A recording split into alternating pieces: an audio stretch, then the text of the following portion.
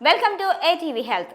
ఇటీవలే ఓ సర్వేలో తేలిన విషయాల ప్రకారం కేవలం 11% మాత్రమే 60 దాటుతున్నారు. 7% మంది మాత్రమే 65 దాటి 70కి రీచ్ కాగలుగుతున్నారు. ఇక 5% మాత్రమే 80కి రీచ్ కాగలుగుతున్నారు. కేవలం 3% మంది మాత్రమే 80 దాటగలుగుతున్నారు. అధిక మరణాల సంఖ్య 70 నుంచి 80 మధ్యలోనే ఉంటోంది. 50 నుంచి 55 దాటిన వారు కూడా ఈ డేటాని గమనించాలి. అయితే వర్రీ ఫ్రీ, టెన్షన్ ఫ్రీ లైఫ్కి ఈ సింపుల్ సూత్రాలు పాటించాలి అని చెబుతున్నాయి సర్వేలు. అవేంటో ఇప్పుడు చూద్దాం. సంతోషమే సగం బలం. ఎప్పుడు ఆనందంగా ఉండే ప్రయత్నం చేయండి. కోపం, ద్వేషం, ఆవేశం, అహంకారం ఈ దుష్ట చతుష్టయాన్ని వదిలేయండి.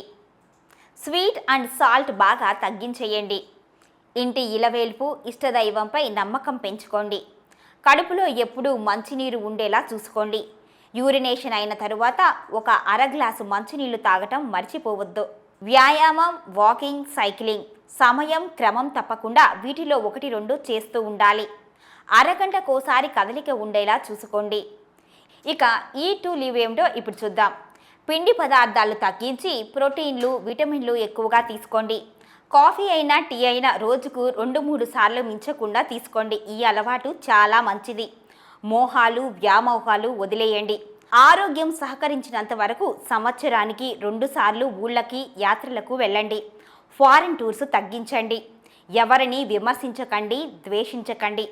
పిల్లలు పెద్దవాళ్ళయ్యారు కనుక వారి విషయంలో జోక్యం చేసుకోకండి.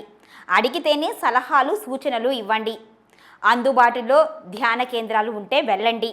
బిగుసుగా ఉండే బట్టలు వేసుకోకండి. ఉన్న అభిరుచులను పెంచుకోండి.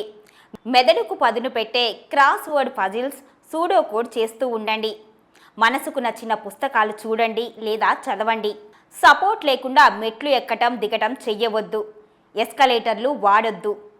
హెల్త్ చెకప్స్ క్రమం తప్పకుండా చేసుకుంటూ వైద్యుల సలహాలు పాటించండి.